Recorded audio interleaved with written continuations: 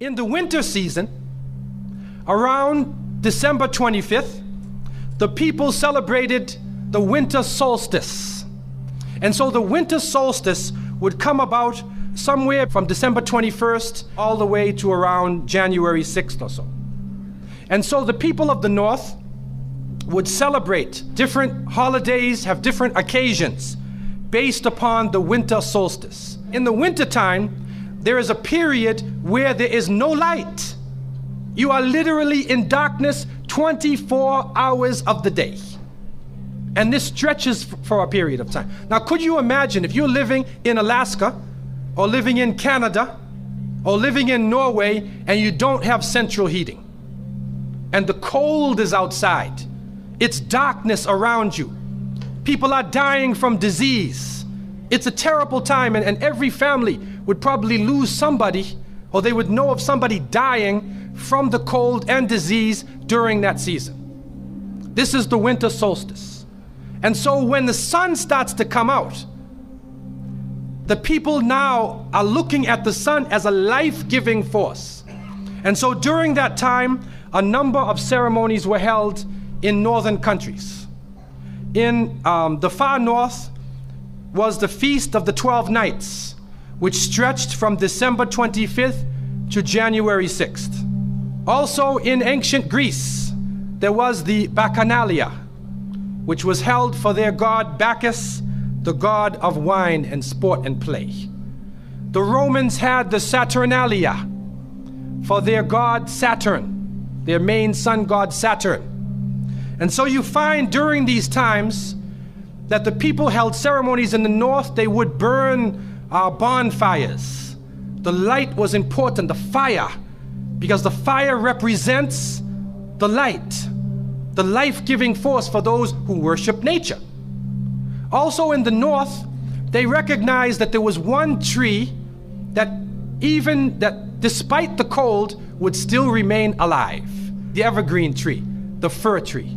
And so in some cases they would take this fir tree, believing that there was powers of life within the tree, and they would put it in their homes, set it there and put a light on the top of it, or burn them in the front, or they would make mistletoes and put them over their doorways, a type of what we would call ta'weez or tamima. It is an amulet. And they would hang the amulet over their doors, hang the amulets in their home, hoping that this fir tree, that this so-called life-giving force would protect them from the danger of the winter. And so their ceremonies developed around this. And this went on for hundreds of years. We also find in the ancient northern countries, and the Druids of the north, they carried out special ceremonies surrounding the mistletoe and surrounding the fir tree and the beliefs, and they would meet within circular areas. And they had a secretive cult that spread throughout the far northern countries. One of the interesting individuals, and you can look this up if you can find it in the dictionaries or encyclopedias, is a man called Mithra or Mithras. This is a very mysterious character. And when you look at history, you find that this individual called Mithra was born on December 25th. His day of the week was the 7th day of the week, that we still call Sunday. He was supposed to be the son of the sun god himself, and they had a special sacrament made up of bread and wine, and they would make this drink during this time, and supposedly he died for the sins of the people. Sounds familiar, doesn't it? But when you try to find Mithra or Mithras in the encyclopedias, they, through state intervention, erased the name. Why is this? That is because after the time of Jesus, Isa alayhi salam, when the message began to spread and they went north, and you'll see within historical writings that Barnabas, one of his disciples, met a man named Saul or Paul, who later called himself Paul. Paul said he saw Jesus on the Damascus road, and he went to the disciples, but the disciples turned against Paul. Only Barnabas stayed with him. But when Paul and Barnabas went into Greece, Barnabas left him. Now, what is the reason why they all left him? What are the concepts coming through Paul? Many people say, well, they left him because he was Saul before and he used to torture the early followers of Isa alayhi salam. But also you can see, and if you look at present day Christianity, that most of the concepts of the Trinity, of the blood sacrifice, the original sin, and most of the concepts which relate to more than one God are coming through Paul. The preachers are quoting Paul sometime more than Jesus during their sermons. And so Barnabas left Paul. And somewhere in the early days, in Rome or Greece, somewhere in that area, those missionaries who were teaching the teachings of Jesus, Isa alayhi salam, met with this force coming from the north. And so you will see in ancient Roman history that in some cases the Roman emperor would go out to the Colosseum and the gladiators would be fighting each other and everybody's cheering for the gladiators. Sounds like one of our football games. They would go to the Colosseum, right? And the gladiators would fight. And then if one of the gladiators was down, and they would look at the emperor, should I kill him or not? And if he wanted to kill him, he would go like that, right? You know, that sign down. If he said keep him alive, he goes like this. You know how we use it today? Yes. Okay? He gives that sign. Okay? One of the terrible things happening during these rituals at the Colosseum is that they would bring the Christians out, literally men, women, and children, and feed them to hungry animals. They would take a hyena or a wolf or a lion and get it hungry and crazy and beat it and throw raw meat at it and then send it out on the people, and they would literally cheer and watch as the animal ripped the bodies apart. This is a terrible culture. Tear the bodies apart. And so somewhere along the line, somebody who couldn't take the torture, who felt that maybe we can win these people over, made a compromise. And you start to see changes going on from the early part of the Christian era in Southern Europe, where the major ceremonies held by the nature worshiping people are combined with Christian names and Christian ceremonies, and therefore what comes forth to us is a mixture with the two streams coming together, where you get a monotheistic name or a monotheistic character with a pagan ceremony.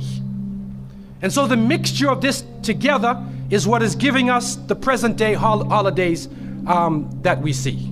Number one, we understand that Isa alayhi salam, according to the different reports of the different scholars in many religions, he was not born in the cold weather. History shows us that he was born during the warm weather. Even in the Christian traditions, they have the belief that the shepherds were tending their flocks outside. And in Palestine, you cannot keep your flocks outside in the wintertime in the evening. You bring them in because it's cool at night. And so it was the warm weather. It was also the time of the taxes in the north. In the story coming in the Quran, when we see the mention in chapter 19 in verses 24 to 25, and we see the mention of the story of Mary, because it is the belief of the Muslims that Maryam, may Allah be pleased with her, was a virgin, and she had dedicated her life to the worship of one God, prayer and fasting, and by the power of Allah, that the Creator breathed His Spirit into her, and she conceived Jesus. He said, be, and it is. She conceived Jesus, Isa alayhi salam, without a father, without a man. That is a belief of Islam. It is also a belief that when she felt the pain of the pregnancy, that the angel came to her and told her to go outside of the city. She went outside of the city to a remote area, and there she found a palm tree, and she found water. And it was speaking about rutub, janniya. It was speaking about a type of rutub, or a type of dates.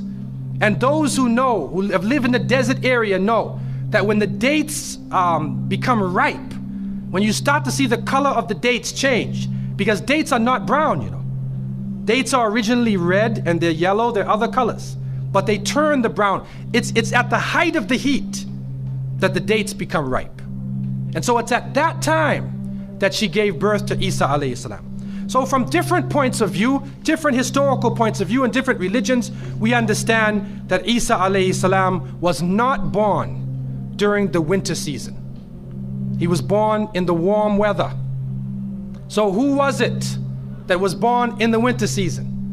What is that? Who is that character now? Let us become detectives and try to find out the answer to this problem. Number one, you have to understand this concept of Saturn, the concept of Bacchus. When they are portrayed by the different artists who drew pictures of them or the sculptures, they're usually portrayed as a heavy-set man with a white beard. And when in the Sistine Chapel, Michelangelo drew his picture, you could see the long flowing beard, and there are actually pictures of this man on a sled being drawn by snakes with wings. Snakes with wings.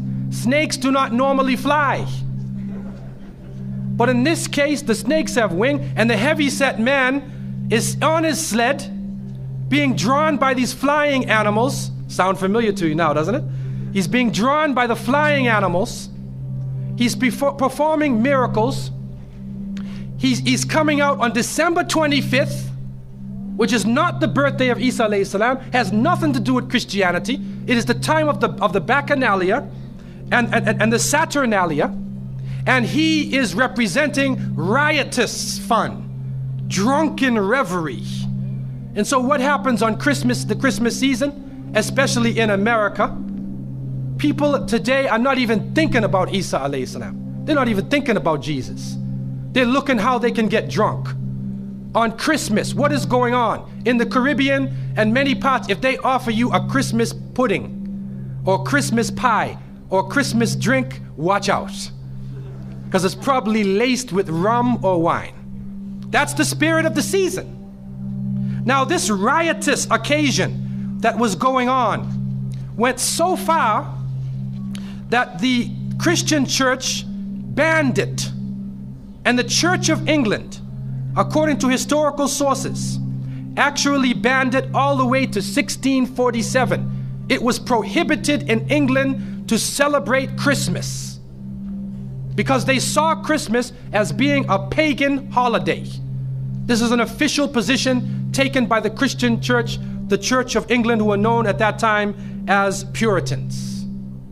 What happened was an individual was superimposed. A name was superimposed. We hear about the name of Saint Nicholas. Saint Nicholas. Now, Saint Nicholas himself is actually coming from the ancient writings of Beowulf. And in these writings, which are done in the Scandinavian region, we find the name Nick or Nickel or Nicker. He was known as a demon, the demon of the north. He was known as the evil spirit of the north, the name of Odin, the evil principle.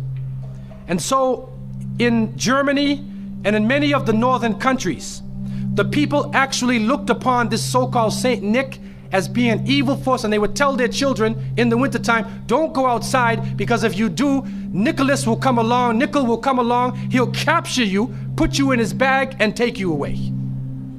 And so they used it as a negative concept. In Isaiah, in what is left of the Bible, in chapter 4, in 14:13, the devil is known as the prince of darkness. And it is an understanding that his throne, the seat of his power, is in the north. Somewhere in the north is the seat of power of this evil.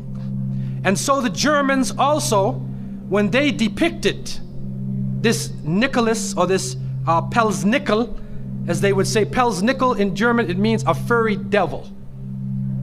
When they depicted him, they depicted him as a man with red fur. He had red fur coat, and his base was in the north, and he was the essence of evil. And the Church of England till 1647 took the position that this celebration could not go on. So what we are actually seeing is that the Christmas occasion was actually the time of evil. It was the time of the belief in the Saturnalia and the Bacchanalia.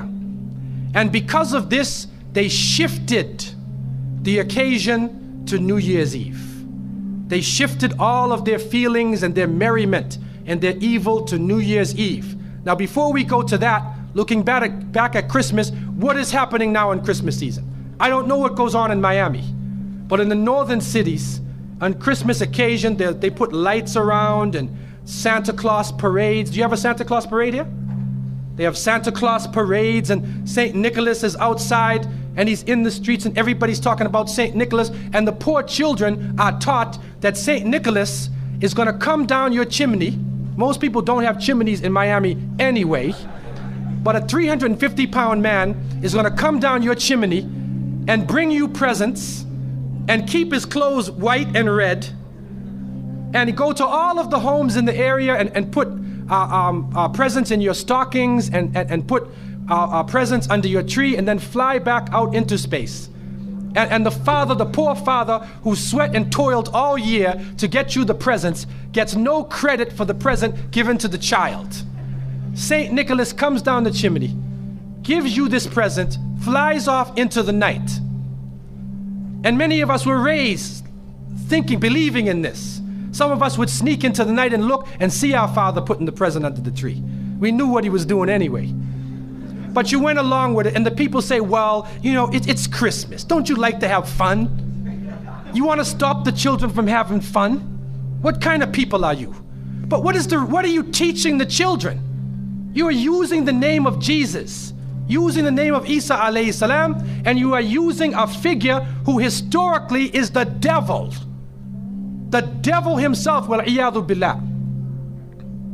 They are using his figure, and he has now taken over the Christmas season. Christmas now to most people means materialism. You have to buy presents for your cousins and your friends, and you got to buy about 34 presents. And you find that most American people are in debt for 6 months after Christmas. Now, where is Jesus? You get drunk, you fight, you lose all your money, the stores raise their prices. Isa alayhi salam is described as a very humble person. Most of the time he didn't wear shoes, only 1 or 2 changes of clothing. A very simple person, eating very simple food, fasting most of the time. You see what is going on? There are 2 streams now, a stream of polytheism, a stream of monotheism, and now the polytheism, the materialism, is overtaking the monotheism and standing in the way and taking over our society. And some foolish Muslims coming along from outside of in their country say, well, I just want to be an American. I want a tree too. So I said, one of the brothers said he had a Christmas tree in his house. He came for. I said, brother, do you know what the tree stands for? He said, no. Okay, I'll get a palm tree with dates. I'll make it halal, a halal Christmas tree. But brother, you have to understand what it means. You have to understand what it means. Number one, the Prophet ﷺ, when he spoke about, he talked about ar-ruqya, wa tama'im, wa tiwala. He said all of these things are shirk. That if you hang amulets thinking that this ta'weez or this amulet is going to protect you from something, then you are actually giving power to the creation of Allah and taking it away from the Creator. If you think that by making some spells, going to a magician and asking them to put a spell on someone, you want to get married, so you go to the Sahir and say, put a spell on Ali, I want to marry him. Put a spell on Zainab. What kind of marriage are you going to have if you go to the magician? And so the Prophet, peace be upon him, named all of these things, the superstitions, the amulets, all of these type of things are the other stream which goes away from monotheism, from the belief in one God, and takes you into another religion.